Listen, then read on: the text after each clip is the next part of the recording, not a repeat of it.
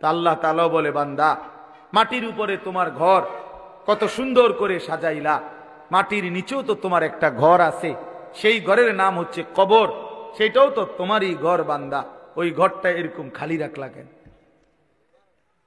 তোমার মাটির উপরের ঘর যদি তুমি সাজাও তো তোমার মাটির নিচের ঘর কে সাজাবে?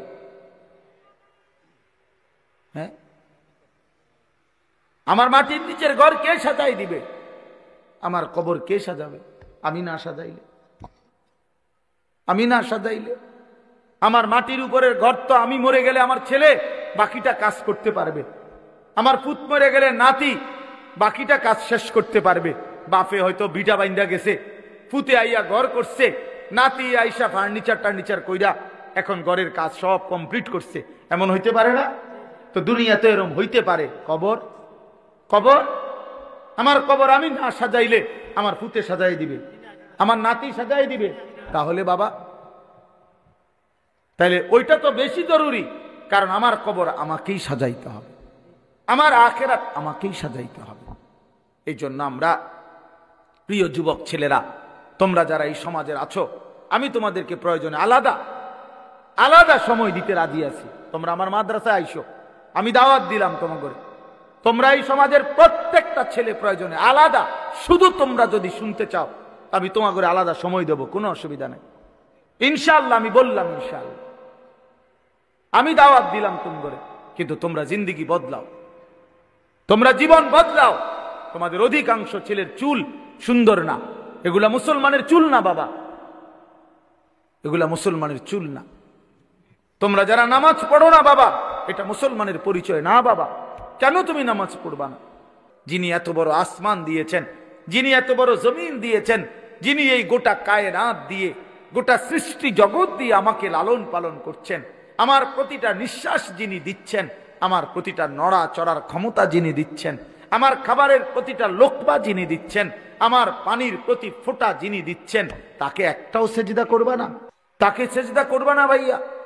আহা, তো কিসের মুসলমান হইল, কিসের মানুষ হইলা? সেজদা বিহীন, যার কপালে সেজদা নাই, প্রিয় ভাই মনে রাখো, সে মানুষ না। সেজদা বিহীন সে মানুষ হয় না, সে জানোয়ার,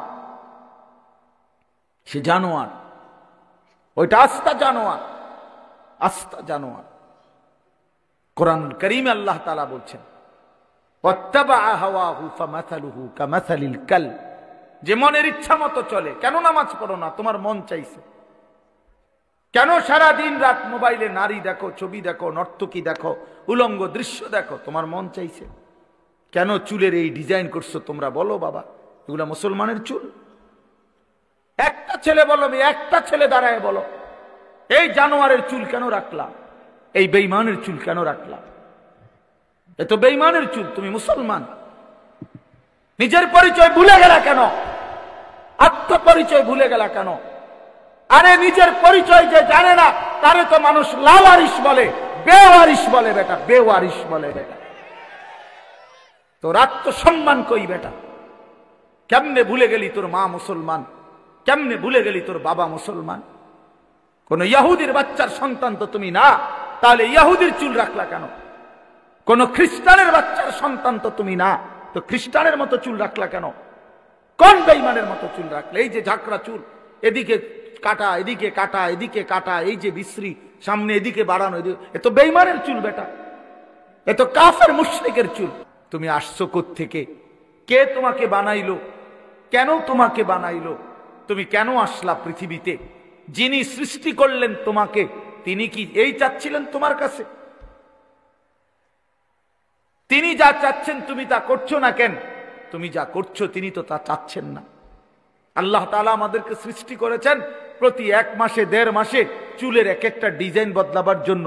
এজন্যই তো আল্লাহ মুসলমান বানাইছেন আমাদেরকে, না কি? এজন্যই তাইলে আমরা বারবার শুধু ভোগ বিলাসিতা, আমরা নারী ছবি, অশ্লীল দৃশ্য, গান বাদ্যা, নাচ গান, বেহায়া বেপর্দার এই জিন্দেগি পালন করব। আমাদের মেয়েরা পর্দা করবে না, আমাদের বিবিরা পর্দা করবে না, আমাদের ছেলেরা কোনোদিন নামাজ পড়বে না, আমাদের বাবারা বিড়ি সিগারেট খাবে, আমাদের বাবারা চা দোকানে আড্ডা দিবে, কথায় কথায় গালিগালাজ করবে, ওজনে কম দিবে, মিথ্যা বলবে, হারাম রোজগার করবে। এই জন্য আমাদের পৃথিবীতে আসা, আমরা এই জন্যই মুসলমান। তাইলে তাইলে এটা কে ভাববে? বাপ ইসলাম তাইলে কার জন্য? কোরআন তাইলে কার জন্য নাজিল হইল? কেউ যদি আমরা কোরআন পালন না করি, না মানি, তো আল্লাহর কোরআন কার জন্য নাজিল হইল? নবী সাল্লাল্লাহু আলাইহি সাল্লামকে যদি আমাদেরও পছন্দ না হয়, তাহলে নবীজি কার জন্য আসলেন? কার জন্য তিনি রক্ত জড়াইলেন? কার জন্য তিনি দায়েফে রক্ত জড়ালেন? কার জন্য তিনি পেটে 2টা পাথর বাঁধলেন ক্ষুধার কষ্টে? কার জন্য তিনি 30 পারা কোরআন গ্রহণ করলেন মহান আল্লাহ পাকের কাছ থেকে? আমাদের জন্য, আমার জন্য, আমার জন্য। এই জন্য নওজোয়ান কিশোর ভাই, তোমার কাছে যদি এক ওয়াক্ত নামাজ পছন্দই না হয়, তো তুমি মুসলমান হইলা কেমন? কোনদিন তোমরা যারা ফজরের নামাজ পড়ো না, প্রিয় ভাই আমার, তুমি মুসলমান হইলা কিভাবে? তোমার মা কিভাবে মুসলমান? তুমি মুসলমানের সন্তান কিভাবে হইলা? কোন যুক্তিতে? যে জীবনে আল্লাহকেই চিনে না, সৃষ্টিকর্তাকেই চিনে না, বানানেওয়ালাকেই চিনে না। আল্লাহ তাআলা কোরআনুল কারীমে বলছেন, বান্দা আমি 23 বছর কোরআন নাজিল করেছি, 30 পারা কোরআন নাজিল করেছি।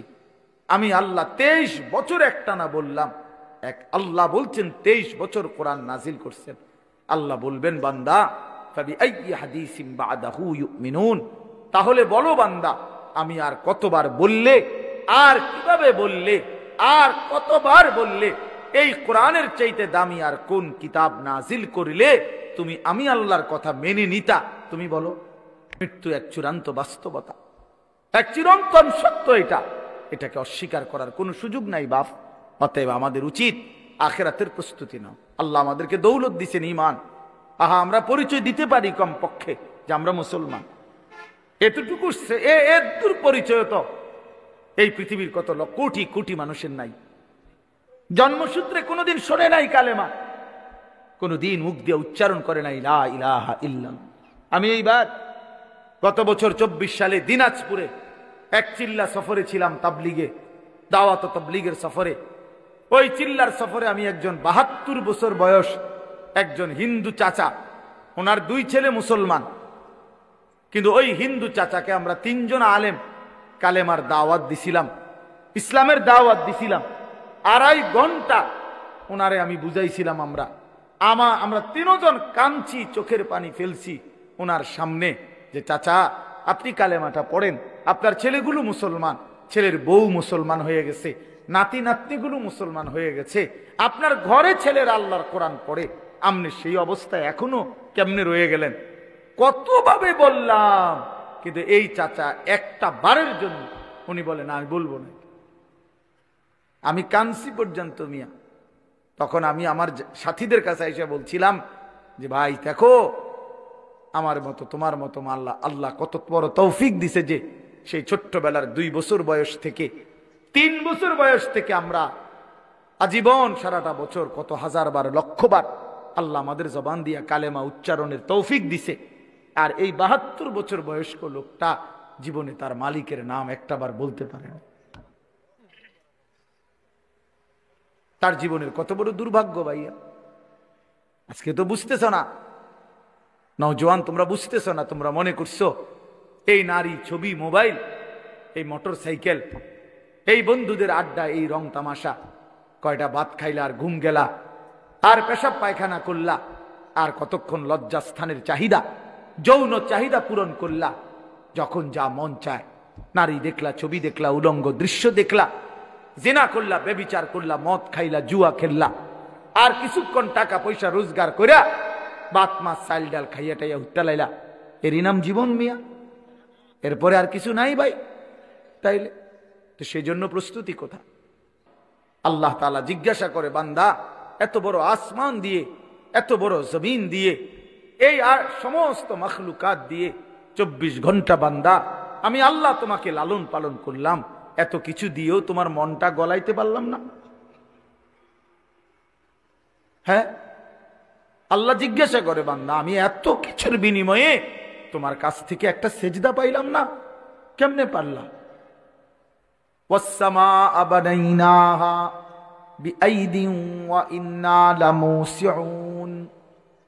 আল্লাহ বলেন আসমান আমি আল্লাহ বিস্তীর্ণ করেছি নিজ কুদরতি হাতে। ওয়াল আরদা ফারাশনাহা ফানি'মাল মাহিদুন, রব্বুল আলামিন বলে জমিন আমি আল্লাহ বিছানা করে দিয়েছি, আমি করেছি, দেখো না কেমন সুন্দর বিছানা। এতটা শক্ত ভারী বানাই নাই, পাথরের মতো শক্ত যদি বানাইতাম ফসল উঠতো কেমনে। আবার এতটা নরম বানাই নাই, একদম নরম বানাইলে বসতা কেমনে, নড়াচড়া করত। এজন্য আল্লাহ বলেন বিছানা যেমনে আরামদায়ক, ঠিক আমি আল্লাহ তোমার জমিনকে এইভাবে বিছানার মতো বানিয়ে দিয়েছি, আসমান ছড়িয়ে দিয়েছি। অমিন কুল্লি শাইইন খালাকনা যাওজাইনি লাআল্লাকুম তাযাক্কারুন, আল্লাহ বলেন সব কিছু আমি রব্বুল আলামিন জোড়ায় জোড়ায় সৃষ্টি করেছি।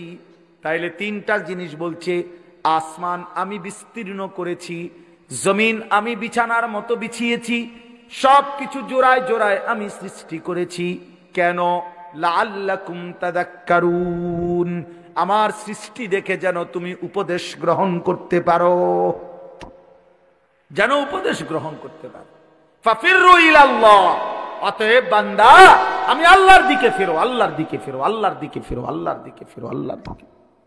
আল্লাহ ডাক দিস ফাফিরু ইলাল্লাহ, এই বান্দা অন্য দিকে যাইও না, শয়তান তোমারে জাহান্নামে ফেলে দিবে, নফসের ধোঁকা মনের চাহিদা তোমারে জাহান্নামে ফেলে দিবে, অসৎ বন্ধু তোমারে জাহান্নামে ফেলে দিবে, সিনেমার নর্তকী তোমারে জাহান্নামে ফেলে দিবে, মোবাইলের উলঙ্গ নারী তোমারে জাহান্নামে ফেলে দিবে, অসৎ বন্ধুর খপ্পরে পড়ে তুমি বরবাদ হয়ে যাইবা। ওই দিকে যাইও না বান্দা, আমি আল্লাহর দিকে ফিরো, আমি তোমার দুনিয়াও পূরণ করে দেব, আমি তোমার আখিরাতও পূরণ করে দেব।